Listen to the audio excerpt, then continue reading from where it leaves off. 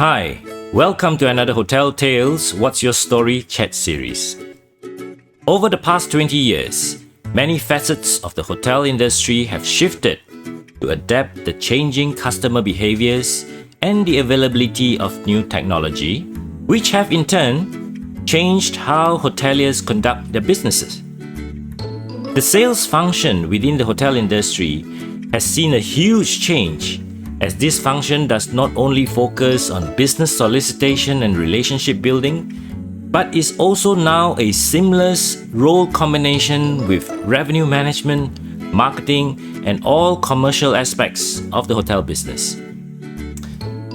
We have with us here today Mr. Ricky Ang, a very dynamic Malaysian hotelier who started his hospitality career as a salesperson and later on moved to head operational divisions of several hotel groups.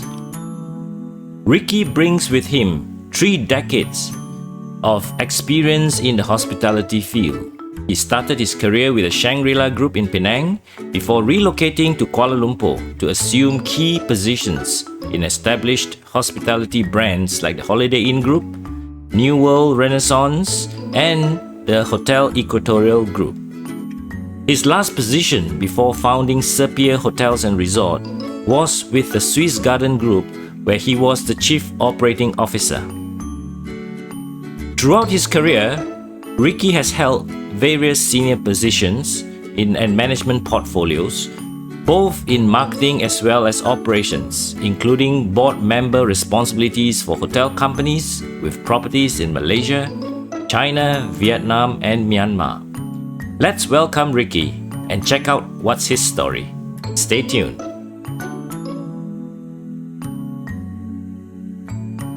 Hi, welcome again to another Hotel Tales chat series. We have with us here today Mr. Ricky Ang, the founder of Sepia Hotels and Resorts. Welcome to the show, Ricky. Thank you, Hanley. Just drop the Mister. Just call me Ricky. As Ricky, always. that's right. For an old friend like you and old friends in the industry who are all watching in. Hi, everyone. Great. Ricky, let's go into the topic that we want to discuss today, right? Which is about the hotel sales department, right? Hotel sales department plays a crucial role and oftentimes is the key contributor to the success of a hotel. They do not only solicit for new clients or accounts, but really the bigger task is on maintaining them and keeping these accounts happy. Can you describe the approaches that you adopt in soliciting a new client and in maintaining an existing one? Okay, good question, Henry.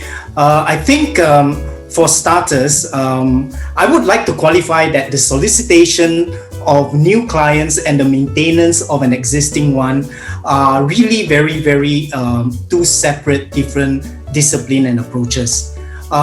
And also, as a pre-qualifier here, I would really like to say that marketing takes top billing in everything. So if your hotel's marketing is done correctly from the very start, your hotel will be well positioned to generate interest and you will be drawing in clients as opposed to having to hunt them down, going out and hunting them down. So number 1 on my list would be to ensure that your marketing in the hotel, particularly your 4 Ps, are well taken care of, well done to start off. All right.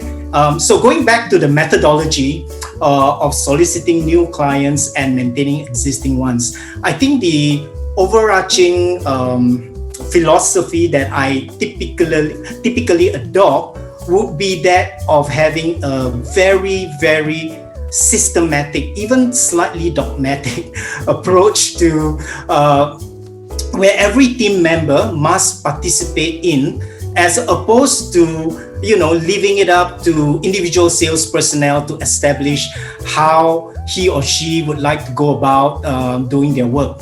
So for solicitation of new clients, the bulk of the activities there would be really on research and intel gathering, right?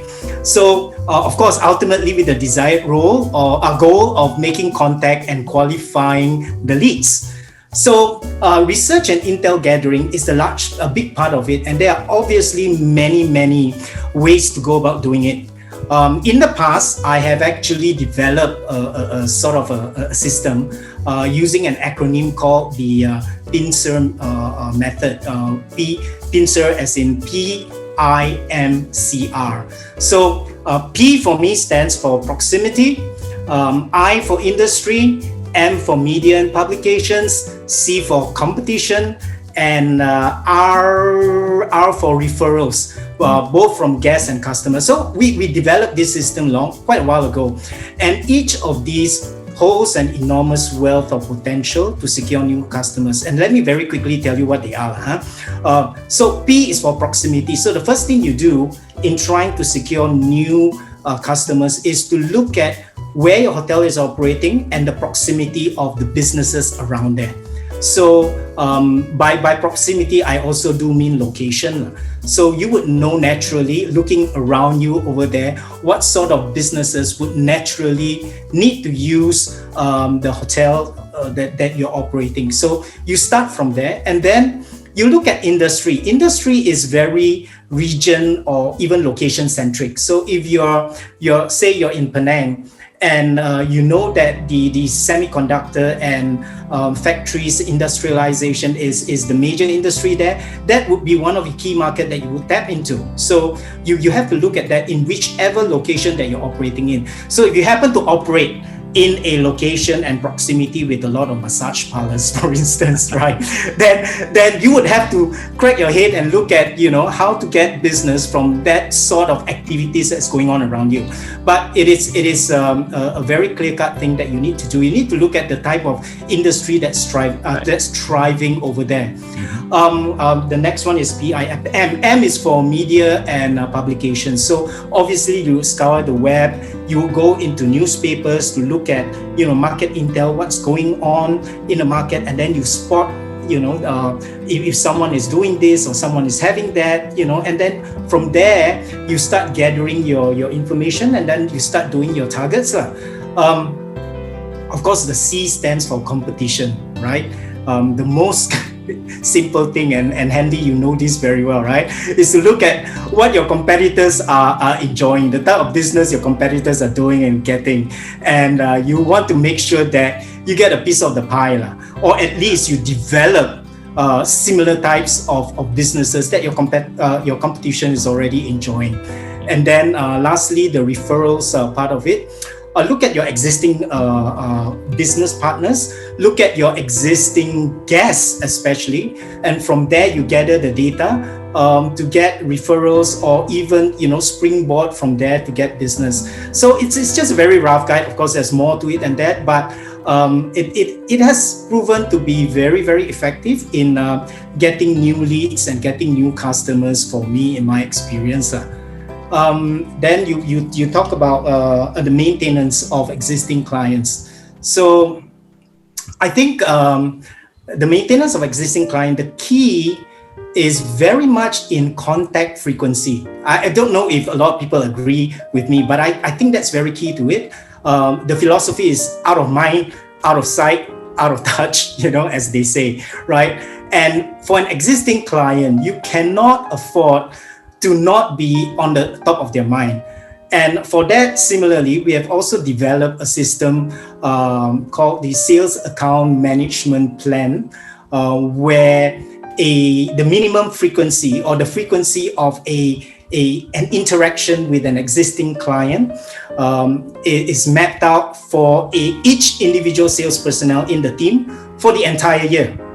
Okay, and then you work from there, so that it makes it very easy for the sales personnel to organize their time, because as you and I both know, there are a myriad of other things that you would need to be doing in your day-to-day life as a sales personnel in a hotel. But with a full year's calendar plan, you are able to move and shift, and you are able to map out even your vacation time and who takes care of what. And that is a very critical part of it. And I also find that many hotels really don't have such a plan, which surprises me to no end until now. Wow, thank you, Ricky. I mean, that's a really in a nutshell, you have given us like a sales 101 kind of approach on soliciting and maintaining. And I totally agree with what you said about getting the marketing right first, because at the end of the day, where the strategy is right, the marketing creates the demand, right? While the sales, if the demand is rightly created, the sales will capture the demand, right? So I think this is so right. And can you describe to us this process that you have just mentioned in securing a new client? Has this process changed over time? I think many things change over time, but just taking a step back. So assuming that you have already identified your potential client, your next task is to want to get FaceTime or communication time with him, right?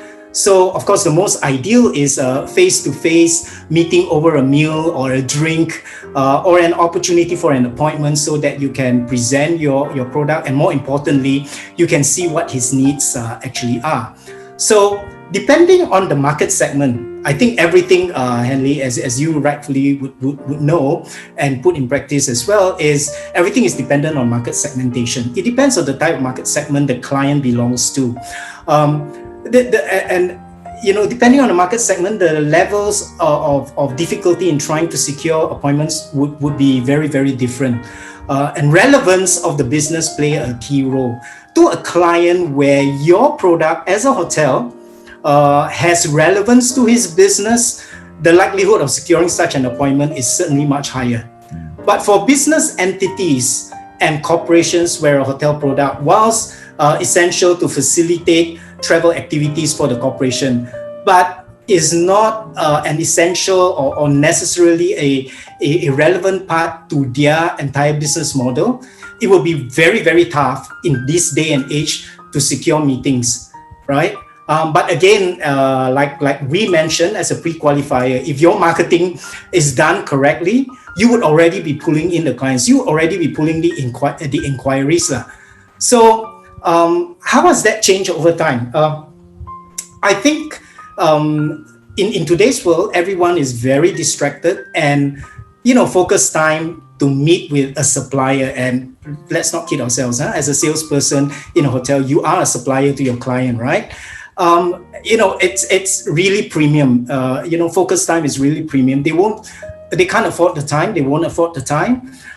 So it is really a little bit more difficult than in previous. In the olden days, it's very easy to send out invitations to say, okay, we are having an industry night, come, let's have a drink.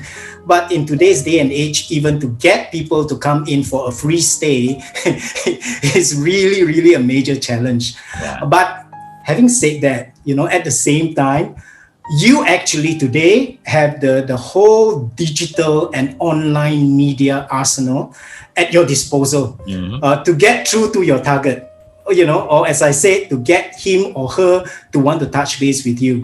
So the biggest change is in the methodology of how we reach the clients, and electronic distribution system, social media, e-commerce is really, really something that I think you can't get away from. Yeah. And I think that's the primary differences between yesteryears and today. No, I'm so glad that you share all this, Ricky. I mean, listening to you, really makes me recollect the days that we were all doing sales as a young hotel salespeople. And you miss it, right? We all miss it, don't we? Yeah. And Ricky, you were a very strong and successful hotel sales person the industry looks up to. Thank you. We have a lot of young hoteliers here who is trying to knock it out in the sales department, trying to secure businesses, especially during such desperate times. What advice would you give to this group of people? This particular period is probably the most difficult. Everybody is looking for the pie that is probably not even existing, right? The market has totally shrunk. What advice would you give it to them? Good question. I think for a start, every salesperson in whatever you do, whether it's in a hotel or not, you must have a system or a method of approaching the market. And you must, like what we spoke about earlier, subdivide the methodology into solicitation and then ultimately conversion, meeting, and then conversion of business. And there are certain steps and various ways of doing that. So hopefully when you join a hotel as a young hotel graduate, when you join the hotel company would actually have all this in place. But do not be surprised that over time, some hotels may have started having this, but over time they would have lost it, or it is not being propagated by a lot of your colleagues, so it has been lost. So your job is to convince your boss to try to get all this systematized again one more time, so that you know that whatever you're doing, the activity that you're doing is very critical. That's number one, okay? And then once you have the system, you can then suggest for continual improvements, naturally. But the second point is, I think, very important for sales officers and even corporations is to monitor and track efforts and activities as opposed to tracking production. Okay, as you and I both know, in the hotel industry, we don't really do actual selling. We just create funnels and channels for the distribution of our product and the booking. We facilitate the booking channels by giving out rates and things like that. So production sometimes is not entirely due to the salesperson, correct? So tracking production per se is really not the be all and end all of it. What I would track as a general manager or as a management company like myself would be activities. I want to know, as opposed to how many room nights your account generates, which may not have anything to do with you. I would like to know how many accounts that you actually go up to, what sort of information gathering you get at, what new leads do you generate for yourself and your colleagues. So, and what are the activities that you do? How many sales calls you actually make? How many phone calls you actually make contact with? I think that is very critical, and you must track that. And on a daily basis, and I always tell my general managers, for example, is that you don't go into a morning briefing and have your salesperson, when he reaches her turn or his turn, and you ask them or anything to report, no, nothing. I don't like that. In a morning briefing, I would like the general manager to question the salesperson. Okay, so how many sales calls were done yesterday? How many quotations were sent out? How many contracts were, data, statistics. So whatever you don't track, whatever doesn't get tracked, doesn't get monitored, doesn't get tracked, and doesn't achieve the results. So you need to do tracking, and as management, you should do that. And as a new hotelier, right? As a new hotelier, you should be doing that. You should keep track of your own activities. At any time, if your boss walks up to you and says, what are you doing tomorrow? I must be able to have tomorrow, I'm going to this place, I have 5 appointments, and I prepared my pitch, blah, blah, blah, blah. Then that sets you apart from everybody else. And if you can do that, you'll be very good, okay? Right. So, yeah, sorry, that's one more thing I want to say, okay? And this is particularly pertinent to Malaysians. Always reply and answer definitively and promptly to all inquiries, whether it's from emails, phone calls, WhatsApp. It's never ceased to amaze me on the regularity of sales professional not answering inquiries. Sometimes in totality, even after you send out chasers to say, can I please have a rate, or can I please have a quotation? My friend wants to get married. And 5 days later, you still don't get it, right?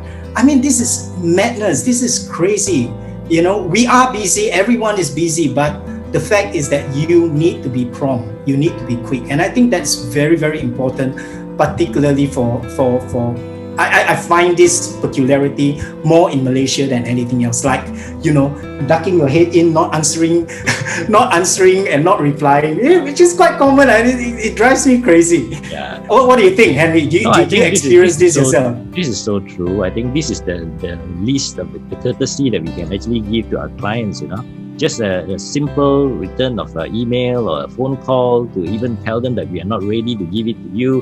Can I give it to you tomorrow or something like that? I think that is just very common courtesy that is actually very lacking in many organizations today.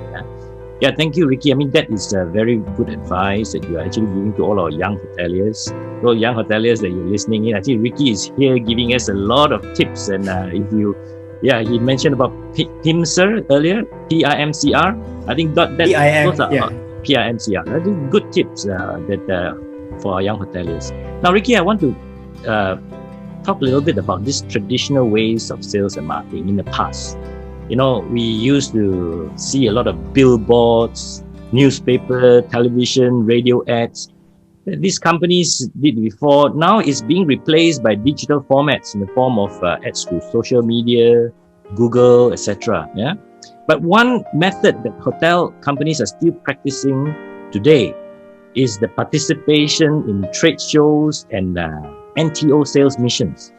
Tell me your opinion. Are these trade shows, travel trade shows and sales missions still effective in soliciting business? Because I think a lot of hotels are paying a lot of money to attend such trade shows.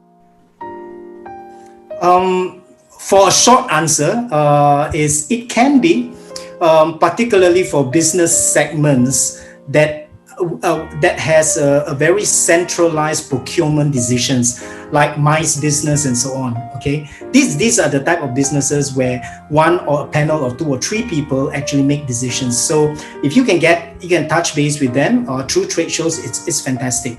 Coming back to trade shows, it can be if the trade shows themselves are organized very, very well and are business centric.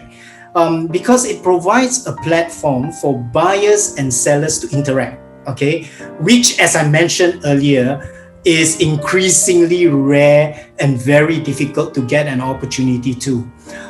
In a trade show, such opportunities to meet is actually facilitated and institutionalized, isn't it, right? Common time, common place, common purpose. So everybody is dedicated during that 3 days or 2 days or 1 day or 1 hour to actually provide time to have a proper business discussion and to get to know each other. And that provides you an opportunity for buyers. It provides them an opportunity to gain knowledge about alternative product availabilities in a destination. And for sellers, particularly independent hotels, it gets us an opportunity to be exposed to the buyers, right? So from that part, I think it's very, very good because you get everything organized for you. Mm-hmm. But there are a couple of questions that you want to ask here, okay, which is relevant to your question. What is the viability for such shows in the long run in today's day and age, where information is already available online? Again, my answer to that, as you know, is depending on how good the show itself is structured and organized and who the participants are. If it is organized and executed well, let me tell you, it will far surpass an individual's attempt to scour the web to gather information from such diverse sources and in disparate formats, and that's not easily done. I've had teams of people doing that. It takes days just to get information.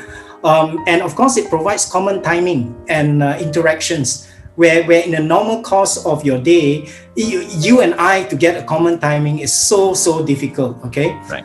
I think those are critical points. And there was one other question. The third point would be whether in time to come, there will really be any more buyers to meet at all. I think those are the pertinent questions. Because there wouldn't be much point in having a travel trade show if business and distribution landscape changes to such an extent where there will no longer be buyer representatives for corporate as well as leisure FIT markets. Again, I limit what I'm saying to FIT markets because the group-centric segments naturally would have a more centralized procurement type. Right. So for FITs, it's a very decentralized fashion of booking right now, where consumers are no longer limited to product options selected by representatives of their company or even intermediaries. In short, if consumer segments continue to grow at such a pace as it does today, travel trade shows may be less relevant. Okay. Yeah.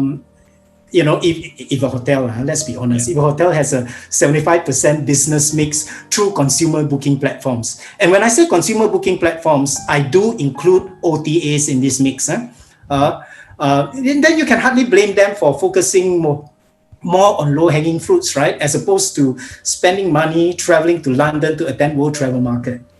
Okay, unless strategically you see a need for a diversification of business mix, which is a good strategy lah. But then it depends on cost and returns lah. That's my take on it lah. So there is a place for it still. What do you think? Yeah, I think so too, Ricky. No, with third-party intermediaries like you mentioned, like the OTAs, they came onto the scene like about 20 years ago. Now, during that time, they were most welcomed by hoteliers as something that is very innovative. They have new channels to market the hotels and also to reach guests. Now, and this relationship between hotels and OTAs, do you think they have gone stronger over the years, or do you think it has changed due to the vast competitions among OTA and also the high costs now of even securing that one room night through an OTA? So has that relationship between hotels and OTAs changed over the years? Well, the relationship certainly has evolved, but it's not in. I can't answer that in singularity because it depends on who you are asking, actually. Because I know, I know of some hotel owners, even before development stage, even at the stage of selecting a hotel operator, already shoot questions like they're all out against paying commissions to OTAs. There are still owners with that sort of mentality. And on the flip side, I know of some hotels that have almost totally forgone all their other business segments in favor of securing easy, low-hanging OTA business, and which as you would know is to the eventual detriment of the hotel's longer-term balance of business mix. You need to have a proper business mix. You cannot be totally reliant on OTAs. My personal opinion is that OTAs are simply part of the existing mosaic of the hospitality industry today. Right. There is not much productive point in trying to fight it. They are simply there, so you should just make the most of it. Don't question it, just work with it. Work with OTAs and do your best to get the most out of the working partnership. I think that's a critical part. They are partners. And they are not your competitors, okay? They facilitate bookings which otherwise would never have reached you in the first place. Sure, every one of us have our gripes against OTAs. Just like every one of us have our gripes against the tour operators business in the past, whether it's TUI or Neckerman or whoever it is, because they will select 4 or 5 hotels in the destination, and if yours is not selected, you really gripe like crazy.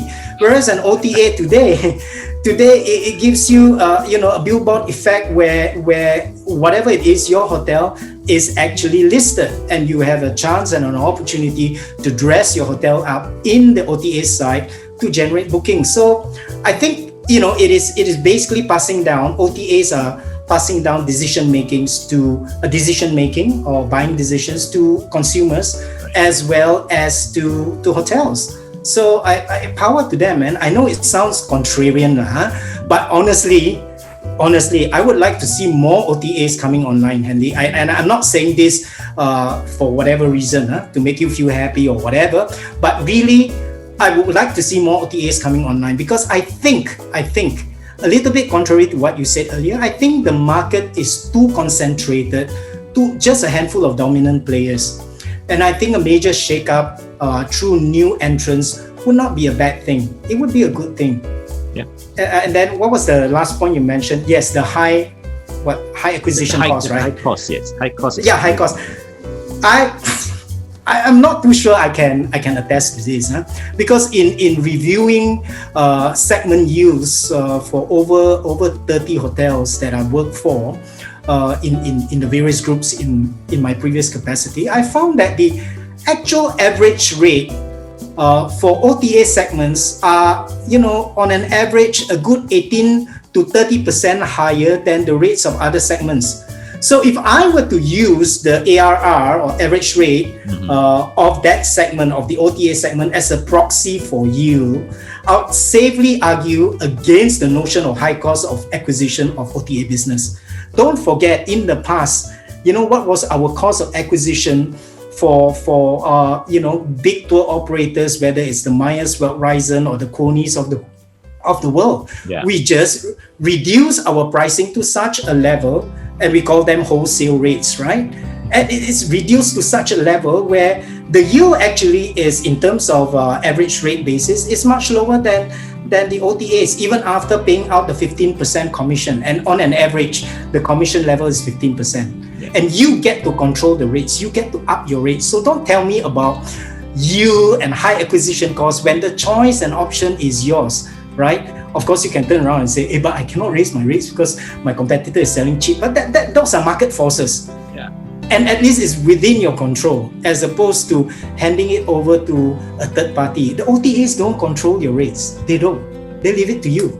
Isn't that what you have always wanted? Fantastic. So how can that, seriously, how can that be a bad thing? Yeah. If you go back to my talks that I gave maybe back in 2005, 2006 in Singapore, on OTAs and the balance of power and the shifts of power, I've been consistent all this time. I've said then and I say now, they are not your enemies. Okay, they are just the natural evolution and progression of bookings and booking types, and they actually allow you to reach to consumers. Come on lah, a lot of our hotels in 30 years ago, our consumer segments, okay, and I'm talking about hotels in, say, the Penang Beach hotels where I came from, right? Our consumer segment is no more than 5%, 6%. Right? Even when the highway was built, connecting KL to Penang, the consumer segments did not go beyond 20%. And where's the bulk of your business segments? Okay, came from either corporates, tour operators, and so on. And your yield is very low there. I mean, seriously. So today, I think, I think there's nothing wrong with OTAs. I would really like to see more. No, really fantastic, Ricky. I think that is a really good insight about what you have done in so much in the sales and so much experience that you can actually share with all the young hoteliers today. Now, before I let you go, Ricky, tell us about Sepia Hotels and Resorts. What do you do there, and what is Sepia Hotels and Resorts? Right. Okay. Thanks for that. I'm sorry. I was like going on and on, a little bit of verbal diarrhea, because it's really, when you talk about OTAs, it's really close to my heart and to my passion. Okay, so Sepia Hotels and Resorts. I founded Sepia Hotels and Resorts after having been in hospitality, as you know, for over 30 years. So we are a startup and a wholly Malaysian-owned hotel management, branding and consultation firm. So basically we do hotel management, we do branding for the hotels, and we consult either on a full package basis or on specialized areas, whether it is training or what have you. We do that. So we pride ourselves as being an indie hotel company with an international chain affiliation, independent hotel company. Our founding principle is that we offer value to hotel owners without being constrained by brand specifications or dictates of a major chain. This is really very compatible with the desires of many hotel owners in Malaysia. We, however, have the benefit of a business services partnership with Gloria International out of China. So Gloria operates and manages almost 90 hotels, and we are affiliated and have full access to their network and resources, whilst retaining independence to control bespoke product specs that are pretty much what the Malaysian owners want. So that, in a nutshell, is what we do. That's good. Thank you all very much again, Ricky, for coming on to the show. We have been speaking to Ricky Ang, the founder of Sepia Hotels and Resorts, and you have been watching Hotel Tales What's Your Chat series. Thank you again, Ricky. Thank you.